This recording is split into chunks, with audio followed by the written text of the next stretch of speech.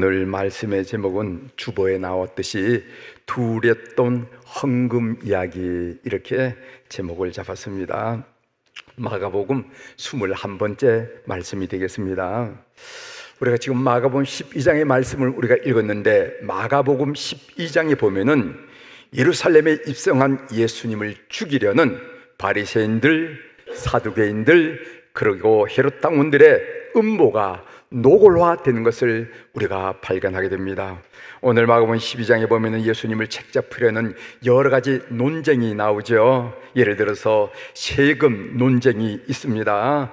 가이사는 로마 황제를 말하는데, 가이사에게 세금을 바치는 것이 옳습니까? 아니면 옳지 않습니까? 이런 세금 논쟁이 나옵니다. 그리고 부활 논쟁이 나옵니다. 7사람이 다 그를 아내로 취하였으니 부활 때 곧 그들이 살아날 때 그 중에 누구의 아내가 되리까? 부활 논쟁이죠. 그래서 이어서 위대한 계명에 대한 논쟁이 나옵니다. 모든 계명 중에 첫째가 무엇입니까? 하는 그런 논쟁이 그들과 예수님 사이에서 이어지는 것을 우리가 보게 되는데, 이런 질문들은 어떤 대답을 하더라도 책 잡히게 되어 있습니다. 이렇게 대답하면은 저런 책이 잡히고, 저렇게 대답하면은 이런 책이 잡히도록 그렇게 교묘하게 질문하고 그 사이에 대해서 논쟁을 하는 우리 주님의 모습을 볼 수가 있습니다.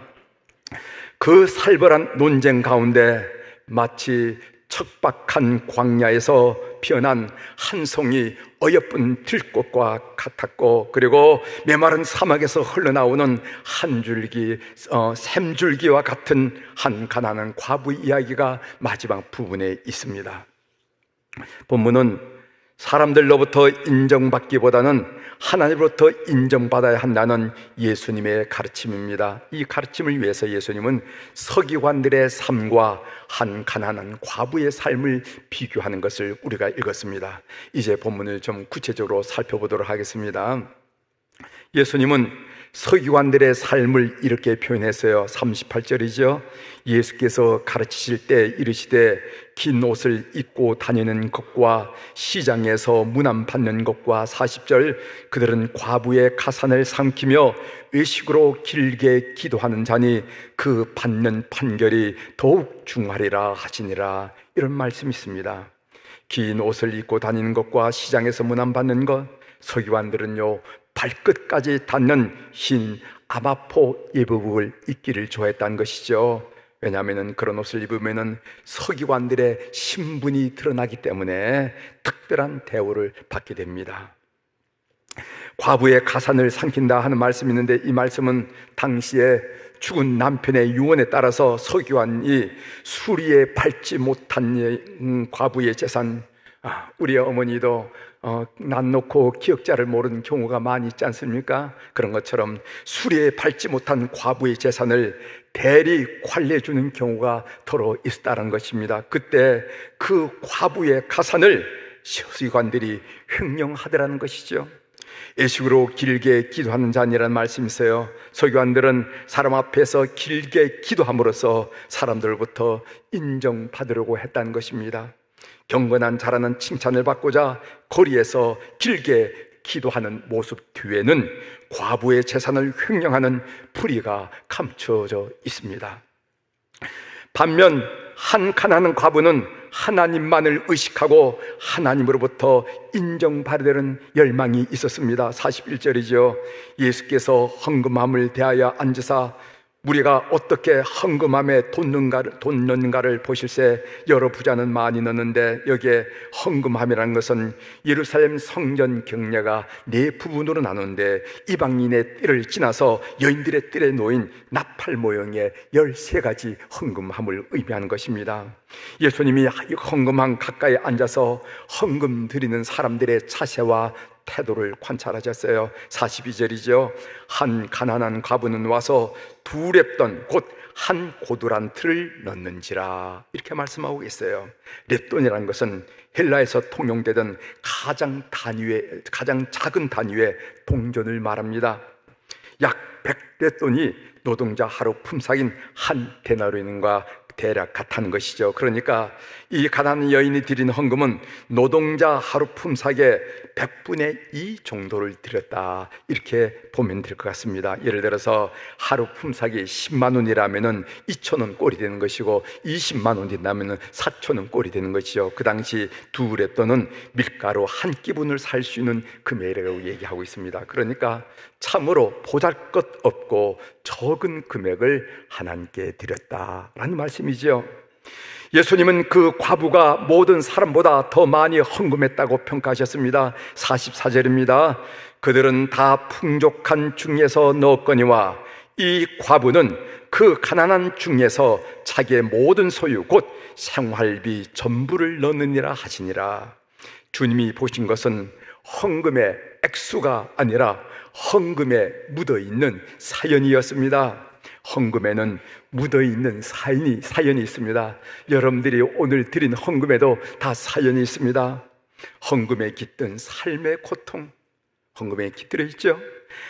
하나님을 향한 간절함, 하나님 고쳐주세요, 하나님 풀어주세요 하는 간절함, 그리고 하나님께 드리고 싶은 정성, 사랑, 감사, 하나님께 받은 은혜를 생각하면서 좀 드리고 싶은 열망이 들어있는 사연, 하나님을 위해 감당하고자 하는 희생, 이런 것들이 헌금에 묻어있는 사연이 되리라 생각합니다.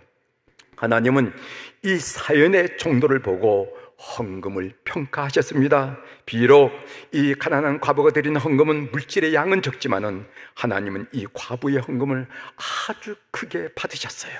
왜냐하면 이 헌금에는 그 여인의 진한 마음이 들어있기 때문에 그렇습니다. 마가 기자가 왜 이 가난한 과부 이야기를 예수님을 책잡으려고 하는 여러 논쟁 끝에 배치했을까? 그 신학적인 의도가 무엇일까? 이런 생각을 좀 해봤습니다. 여러분, 마가복음 12장에 보면 큰 논쟁, 치열하고 아주 치졸한 논쟁들이 계속됐는데, 그 마지막 부분에 오늘 가난한 과부의 헌금 이야기를 넣는 마가의 의도는 무엇일까라는 생각을 했습니다. 아마 비옥한 광야 같은, 이 비옥한 광야라는 것은 제가 만든 말이에요. 광야는 척박한데도 불구하고 비옥한 광야, 비옥한 광야란 말은 무슨 말인가? 오늘 우리가 주변에 들어오면 부족함이 없습니다. 부족함이 없어요.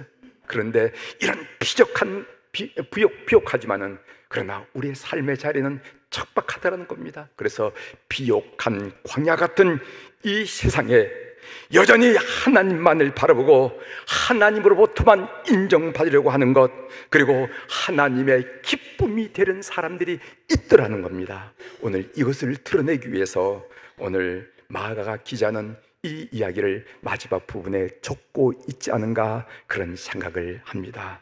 하나님만 바라보고 그리고 하나님께 인정받는 것을 소중히 여기고 한평생 하나님의 큰 기쁨이 되려는 열망을 가진 우리 교우들과 같은 그런 사람들이 세상에는 있더라는 것입니다. 이상과 같이 본문을 간단히 정리하고 하나님의 음성 듣기로 제가 묵상한 내용을 여러분들에게 이어서 좀 나누도록 하겠습니다. 저는 이 짧은 구절, 이 본문을 읽으면서 44절의 말씀, 마지막 말씀, 생활비 전부를 넣느니라는 말씀이 마음에서 치워지지 않았습니다. 생활비 전부를 넣었다. 이 여인은 어떤 마음으로 생활비 전부를 넣을 수가 있었을까? 이 말씀을 묵상할 때 마태복음 5장 3절에 심령이 가난한 자는이라는 그런 구절이 연상되었습니다. 여러분이 잘 아는 말씀이죠. 마태복음 5장 3절에 보면은 심령이 가난한 자는 복이 있나니 천국이 그들의 것이며 라는 말씀입니다. 오늘 마태복음 5장 3절의 가난이라는 말의 뜻은 누군가의 도움을 구하지 않으면 살아갈 수 없는 절대 빈곤을 의미합니다. 좀 풀어서 구체적으로 설명을 드리면은 히브리어로 가난, 이 에비온이라는 하는 말은 가난하게 되어서 비천한 처지로 전락되어, 가난하면은 처지가 비천해지지 않겠습니까? 비천한 처지로 전락되어 억압받은 상태에 빠지고 가진 사람으로부터 억압받은 상태에 가진다는 거죠. 이런 애적인 상태와 더불어 내면적으로 풀이 죽어있고, 영어로 캐스트다운이라고 해요. 풀이 죽어있고, 그리고 사는 것을 괴로워하는 상태를 의미한다는 것입니다. 사는 것을 괴로워. 여러분, 왜 삶이 이렇게 힘든가? 왜 이렇게 삶이 힘든가? 오히려 붙어있는 목숨이 아쉽고 하는 그런 기로한 삶이 있을 수 있다는 것입니다. 그러니까 이 히브리어에서 가난이란 말은 물질적인 가난과 더불어 정신적인 가난을 포함하는 말이에요. 우리 그리스도인들은 재물과 행복과의 관계를 이해할 필요가 있습니다. 여러분, 물질적으로 가난한데 행복할 수 있을까요? 한번 생각해 보십시오. 물질적으로 가난한데 행복할 수 있을까요? 저는 행복하기가 쉽지 않다고 생각합니다. 어린 자식들의 우유값을 구하기 위하여 남의 집 고초를 훔쳐야 하는 사람이 행복할까요? 신문에 난 이야기죠. 왜 너 남의 집에 고초를 훔쳤냐? 그랬다니까 그 아버지가 한 얘기가, 이 고초를 훔치러 팔지 않으면 집안에 있는 아이의 우유값을 댈 수가 없습니다. 엄마는 죽었고요. 그 우유값을 대려면 이 짓이라도 해야 됩니다. 한 얘기가 신문에 난 적이 있어요. 일용할 양식이 없어 줄임배를 움켜자고 잠자리에 든 사람이 행복할까요? 마하트마 간디가 한 이야기죠. 일용할 양식이 없어서 줄임배를 움켜잡고 잠자리에 든 사람이 행복 운운할 수 있겠습니까? 진로비가 없어서 질병을 안고 죽은 사람이 행복할까요? 그럼에도 불구하고 나는 믿음이 깊기 때문에 행복합니다 라고 말한다면 종교적인 위선자가 되기 쉽습니다. 행복하기가 쉽지 않아요. 행복할 수가 없다라고 절대적으로 말할 수는 없지만 행복하기가 쉽지 않다는 말씀은 들 수가 있습니다. 그래서 예수님은요, 우리 주님은 우리에게 주의 기도문으로 일용할 양식을 주시옵고라고 기도할 것을 가르친 것입니다. 우리가 주기도문 보면 일용할 양식을 주시옵고라는 말씀 있잖아요. 예수님은 알았습니다. 인간이란 존재는 일용할 양식이 없이는 행복해질 수 없다는 사실을 알았어요. 한스 킹이라는 신학자는 가난은 사람들에게 기도를 가르치기도 하지만은 저주를 가르치기도 한다. 가난, 고통, 배고픔은 비참함이지 행복함이 아니다 라는 말을 한 적이 있어요. 사랑하는 우리 모든 성도들, 우리 한평생 인생을 살면서 물질적으로 부족하지 않는 그런 은혜가 여러분들에게 있기를 주의 이름으로 축원합니다. 그렇다면은 물질적인 풍요가 곧바로 행복을 보장합니까? 일용할 양식이 없으면 행복할 수 없듯이 인간은 물질적인 풍요만으로 행복할 수가 없습니다. 여러분, 풍요와 만족은 다르다는 건 여러분 아시죠? 행복은 풍족에서 오는 것이 아니라 만족에서 옵니다. 풍족하면은 편리할지는 모르지만은 그것이 곧바로 행복으로 연결되지는 않아요. 풍족하지 못하지만은 우리가 불편함을 느낄지는 모르지만은 그것이 곧바로 내 인생의 불행으로 연결되지는 않습니다. 예를 들어서 제가 자주 이야기하는 손빨래 이야기, 왜 이 손빨래 얘기를 자주 하게 되냐면은 우리 어머니가 겨울철에 그 얼음을 깨고 집안 가족들의 빨래를 하는데, 빨래할 때 보면 그 어머니 손이 새빨게 된 것을 제가 많이 봤거든. 그런 인상이 뇌에서 떠나지 않기 때문에 이 손빨래 이야기를 여러분들에게 자주 해요. 손빨래 하던 가정주부가 풍족해져서 세탁기를 구입해서 사용하게 된다면 생활이 편리해졌지 행복해진 것은 아닙니다. 여러분, 혼동하면 안 됩니다. 여러분, 세탁기를 사서 행복하다면 지금 주부들은요, 행복해서 매일 춤을 추고 다녀야 할 것입니다. 지금 가정에 세탁기만 있습니까? 청소기 있죠, 냉장고 있죠, 전기밥솥 있죠, 전기 다리미가 있죠. 주부들 행복해서 춤추고 다녀야 하지 않겠습니까? 그런데 그렇습니까? 춤추고 다닙니까? 그냥 덤덤할 뿐 행복하진 않아요. 다 있는데 뭘 이거 갖고 행복하다고 뭐 얘기할 거였냐? 그렇죠. 덤덤할 뿐 행복하지 않아요. 그러면은 어떻게 하면 인생을 행복하게 살 수 있느냐? 오늘 말씀하지요. 심령이 가난한 자는 복이 있나니 천국이 그들의 것이며, 이 심령이 가난한 이 복이 영어로는 해피니스예요. 심령이 가난한 자는 복이 있나니 천국이 그들의 것이며, 돈이 많은 자는 복이 있나니 라고 말씀하지 않으셨습니다. 지위가 높은 자는 복이 있나니 라고 말씀하지 않았습니다. 건강한 자는 복이 있나니 라고 말씀하지 않았습니다. 배부른 자는 복이 있나니 라고 말씀하지 않았습니다. 심령이 가난한 자는 복이 있다고 말씀하셨어요. 생각할수록 충격적인 말씀이 아닐 수가 없습니다. 그러면은 심령이 가난하다는 말, 마음이 가난하다는 말은 도대체 무슨 뜻이 있는지 제가 묵상한 내용을 여러분들에게 세 가지를 나누려고 합니다. 첫 번째로는요, 심령이 가난하다, 마음이 가난하다는 것은 자기 자신의 죄인됨을 아는 것을 의미하는 것입니다. 자기 자신의 죄인됨을 아는 사람은 행복한 사람이에요. 요한계시록에 보면 자신의 죄인됨을 알지 못하는 사람들이 있었습니다. 라오디게아 사람이었어요. 계시록 3장 17절에 보면 내가 말하기를 나는 부자라 부요하여 부족한 것이 없다 하나 내 곤고한 것과 가련한 것과 가난한 것과 눈먼 것과 벌거벗은 것을 알지 못하노다 하는 우리 주님의 말씀이 있습니다. 라오디게아 사람들은 물질적인 부요 때문에 배부르고 등 따뜻하기 때문에 자신의 죄인됨을 생각하지 못했다는 거예요. 얼마나 자신이 공고한지, 얼마나 자신의 처지가 가련한지, 얼마나 영적으로 가난한지, 얼마나 눈이 멀었는지, 얼마나 벌거벗었는지 그들은 전혀 알지 못하더라는 겁니다. 그래서 주님이 공고하지요. 흰 옷을 사서 입어 벌거벗은 수치를 좀 가려라. 흰 옷을 사서 입어서 벌거벗은 수치를 가려라. 그리고 안약을 좀 사서 영적으로 감은 눈 좀 떠봐라 라고 말씀하신 것을 보게 됩니다. 마음이 가난하다는 것은 자기 자신의 죄인됨을 아는 것을 말합니다. 두 번째로, 마음이 가난하다는 것은 지옥의 두려움을 아는 것입니다. 여러분, 신앙생활 하는 목적이 무엇입니까? 저는 가장 정확한 대답은 천국 가기 위함입니다. 이것이 가장 정확한 대답이라고 생각한 사람이에요. 우리는 현대인들에게 또는 지성인들에게 알아듣기 쉽게 하기 위하여 어필하기 위해서 갖가지 설명을 갖다 붙이긴 합니다만은 그 한마디로는 예수 천당이에요. 예수 천당, 예수 믿고 천당 가기 위해서 예수 믿는 것입니다. 여러분, 지옥이란 안 가면 좋고 가면 할 수 없는 곳이 아닙니다. 가면 할 수 없지 뭐, 이렇게 대답하는 사람이 있어요. 가서는 절대 안 되는 곳입니다.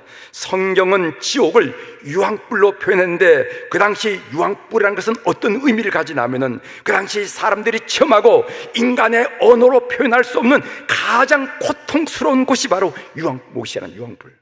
여러분, 계시록 19장 20절에 보면은 짐승이 잡히고 그 앞에서 표적을 행하던 거짓 선자도 함께 잡혔으니 이는 짐승의 표를 받고 그의 우상에게 경배하던 자들을 표적으로 미혹하던 자라. 이 둘이 산채로 유황불 붙는 못에 던져지고. 제가 여러분들에게 말씀드리기 위해서 아이디어를 내서 구성해서 장문한 게 아닙니다. 요한계시록 19장 20절 읽어드려요. 요한계시록 20장 14절, 사망과 음부도 풀못에 던져지니 이것은 둘째 사망 곧 풀못이라. 어떤 분들은 말합니다. 지옥이라 하더라도 죽으면 그만이겠지. 그러나 지옥의 고민은 죽지 않은 데 있습니다. 빨리 죽고 싶은데 죽지 않아요. 빨리 이 고통을 벗어나고 싶은데 죽지 않습니다. 지옥은 죽을 수 있는 곳이 아니에요. 지옥의 고민은 죽지 않겠습니다. 마음이 가난하다는 말이 무슨 말인가? 지옥의 형벌을 두려워한 사람이라 저는 믿어요.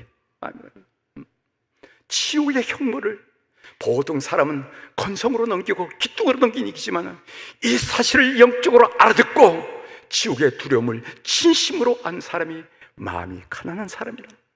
세 번째로, 마음이 가난하다는 것은 자기 자신은 죄에 대하여 아무것도 할 수 없고, 영어 표현으로는 helplessness, 아무것도 할 수 없고 오직 주님의 은혜만을 기다리는 것을 보고 마음의 가난함이라 얘기한다는 것입니다. 사랑하는 성도 여러분, 신앙생활을 해보면 참 이상한 현상이 우리 내면에서 일어나는 것을 발견하게 됩니다. 아이러니지요. 깨끗하게 살려고 하면 할수록 나는 깨끗하다라는 느낌을 받아야 하는데 오히려 마음속 깊이 감추어진 더러움이 새록새록 드러나는 것을 경험하게 됩니다. 선하게 살려고 하면 할수록 나는 이만하면 선하다라는 생각이 들어야 하는데 오히려 마음속 깊이 뿌리난 욕망의 실체가 확실히 드러나다는 것입니다. 주위에 있는 사람들은 저렇게 선하게 사는 사람이 어디 있어? 라고 칭찬하긴 하지만은 하나님 앞에서는 자신의 모습은 너무도 부족하기 짝이 없다는 것입니다. 하나님의 말씀을 읽을 때마다 그리고 설교 말씀을 들을 때마다, 찬송가를 부를 때마다 그 말씀이 빛이 되어 내 추한 내면을 다 드러내더라는 것입니다. 그 말씀이 칼이 되어서 내 추한 영혼을 해주고 있어요. 그래서 우리가 고백하는 이 마디는 로마서 7장 24절입니다. 오라, 나는 곤고한 사람이오다. 이 사람의 몸에서 누가 나를 건져내라. 마음이 가난한 사람은 자기 자신은 어떻게 할 수 없는 죄인임을 알고 주님만, 우리 주님만 간절히 바라보는 사람이 마음이 가난한 사람이라는 것입니다. 왜 심령이 가난하면 복이 됩니까? 그것은 그때 비로소 하나님을 만나게 되기 때문에 그렇습니다. 물질 세상에서는 깨어진다는 것은 곧 가치를 잃는다는 뜻이죠. 그렇죠? 유리컵이든 접시든 깨어진 것은 버려집니다. 흠집이 나면 그것으로 끝장납니다. 하지만 영적 세계에서는 깨어짐이 고귀한 것입니다. 깨어진 사람들에게서 하나님의 아름다움과 하나님의 능력이 비로소 드러나기 때문에 그렇습니다. 그때 비로소 하나님을 만나게 되기 때문에 그렇습니다. 카일 아일드먼이 쓴 나의 끝, 예수님의 시작이라는 책이 있습니다. 여러분 검색해 보시면 그 책이 어떤 내용인지 보실 수 있을 거예요. 나의 끝, 예수의 시작인 책에 다음과 같은 글귀가 있는데 그 여러분들에게 소개해 드리겠습니다. 말기암으로 몇 개월밖에 살지 못한다는 청천벽력 같은 통보를 받았을 때, 이혼 소류가 날아왔을 때, 우울증이 참기 힘들 만큼 깊어졌을 때, 30년 동안 청춘을 바쳐 일했던 직장에서 아무 대책도 없이 쫓겨났을 때, 병원에서 신부전이라는 이유로 낙태를 권했을 때, 가정을 되살릴 힘이나 포르노 중독을 이길 힘이 내게 없다는 것을 마침내 깨달았을 때, 남편이 자동차 사고로 세상을 떠나갔을 때, 초음파 검사로 태아의 심장박동이 멈춘 것을 확인했을 때, 나의 끝에 이르렀을 때 비로소 예수가 나에게 실제가 되었다. 나의 끝에 이르렀을 때 비로소 예수가 실제가 되었다. 나의 끝, 예수의 시작. 말씀을 마치겠습니다. 두렛돈을 드린 이 여인이 행복했을까요? 불행했을까요? 행복했을까요? 불행했을까요? 행복했지요. 왜냐하면 예수님이 삶에서 실제가 된 사람은 행복하답니다. 그런 행복을 여러 교우들이 체험하고 받으시는 여러분이 되기를 주의 이름으로 축원합니다. 기도하시겠습니다.